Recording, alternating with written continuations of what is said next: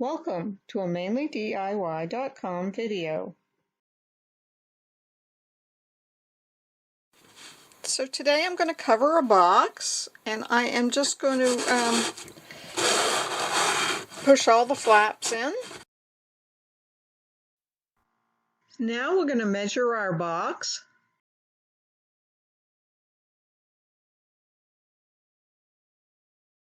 So we're going to record the length,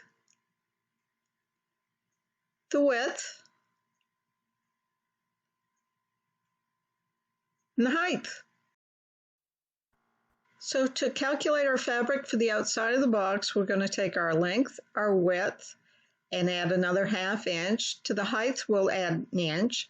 So I come out with 24.5 by 9, but you use what your dimensions are.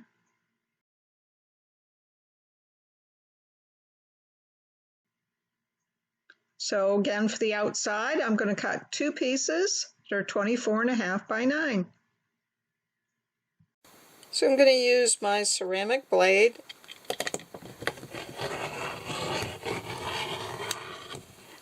Okay, so I have my 2 pieces cut here. And I'm going to put them right sides together.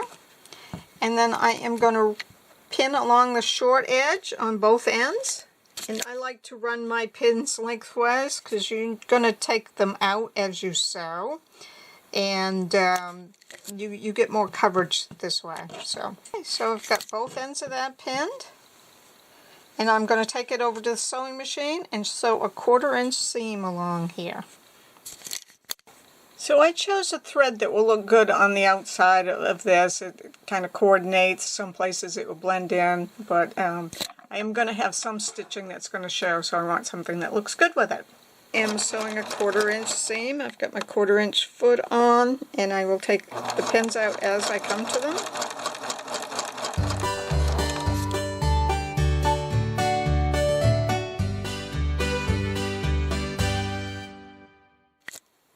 So now that I've sewed that seam, I'm going to come over to my ironing board, and what I'm going to do is I'm going to press a ½ inch, and I'm going to use my little gauge here to help me out, and a ½ inch from the other side. So it's a ½ inch on both of the raw edges.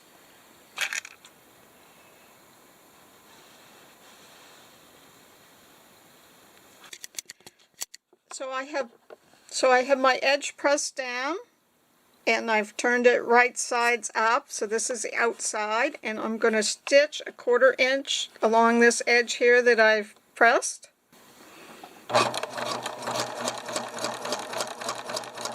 So I've sewed both of those edges down, and I ended up with a nice little tube here, and I am just going to slip that over the outside of my box.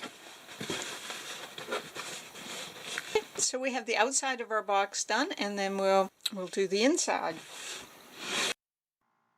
For the inside of the box, we're going to take the length and the width and add a ½ inch to each one.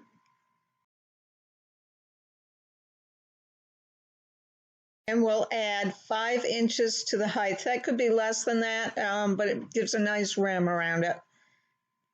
So my new working sizes come out to be 14 by 11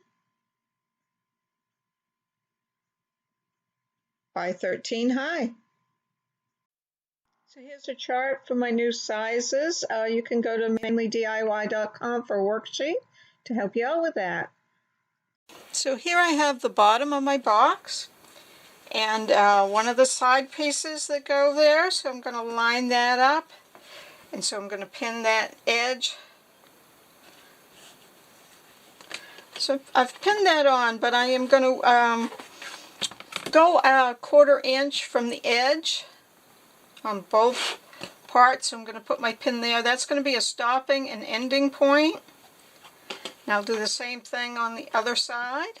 So I've created a starting and ending point by going a 1/4 inch from either edge here. Okay, so I'm getting ready to sew, and see how I'm starting a 1/4 inch from the edge. My foot has this nice little mark, so that's handy. So I will go ahead and stitch that seam. Okay, and then I am at the other end, so I'm going to stop a 1/4 inch. I probably could take one more stitch. The same thing for the other side. So I have both sides pinned or sewn to the middle. So I'm going to take my other side piece and lay that right sides together, center it on the bottom, and then again I'll be stopping 1/4 inch away from the will be a seam, so it's easy to find it on this one. So I'll go ahead and pin those and then sew those as well. Okay, so now what I have is this big plus sign. So what I am going to do is I'm going to take one of these corners and I'm going to sew the raw edges together. There's the corner of my bottom and my 2 raw edges, and I'm going to take that and I'm going to pin those together.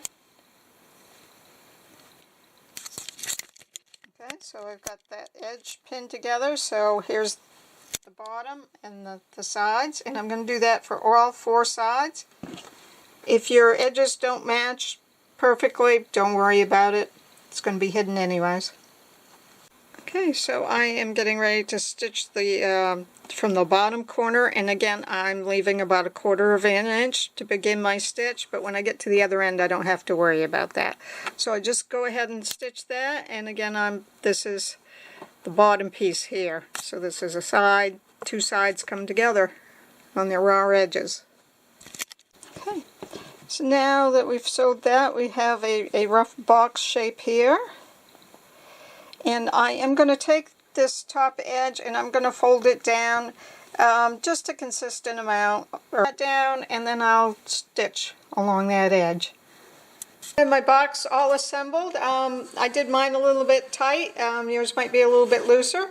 So you put on the sleeve and adjust that. Mine could be a little bit tighter. I may go back and tighten that off.